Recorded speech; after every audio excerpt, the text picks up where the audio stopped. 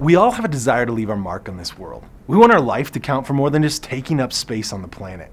We want our family to be loved, we want our friends to be impacted, and we want to make sure that we leave a heritage long after our death. I'll never forget one of the greatest quotes I ever heard about leaving an impact on this world. It was said by my friend Dwight Robertson in a sermon. He said, "The greatest gift you can give the world is your own intimacy with Christ."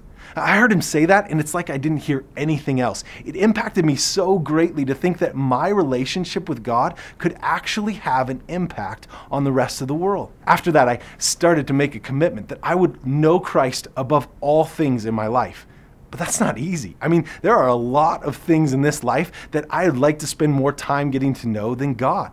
Let's be honest, I love time with my wife or my kids. I even love time getting to know my iPhone or my job more thoroughly, even my favorite sports team. But if I'm really going to have an impact on this world, I must know and love Christ above all things. This is what the Apostle Paul was getting at when he wrote, "For when I was with you, I resolved to know nothing but Christ and Him crucified." So what does that look like? I mean, how can my life be lived in such a way that I know Christ intentionally every single day? Here are 4 things I think you can do that will impact your time with God. Number 1, clear your schedule and clear your mind. Make sure there's time in your calendar for unhurried time with God.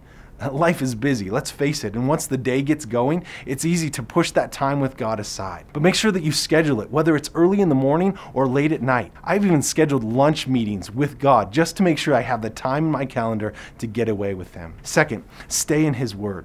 Our time with the Lord isn't just a time to catch up on our latest reading or catch up on the news. It's a time to ingest God's Word. We have to make sure that we have a steady diet of just plain out reading God's Word. Find a reading plan or just read through a book of the Bible, but make sure that you're reading straight from the Bible every day. Third, keep track of what He tells you.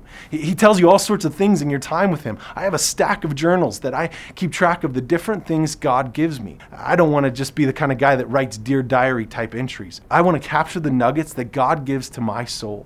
So I write 1 page a day from my quiet time with the Lord. Finally, make sure that you pray, and pray again. I strive to make sure in my time with God that I'm not just trying to tell Him what I need from Him, but I'm trying to seek His face. One of my friends says, "Seek God's face more than you seek His hand." I love that quote. So remember this, the greatest gift you can give the world is your own intimacy with Christ. Long for Him and meet that longing with an intentional investment with your relationship with Him each day. And finally, I'm not too naive to think that I alone can change the world, but I'm not too ignorant to know that we can change everything around us if we will simply love Christ more deeply.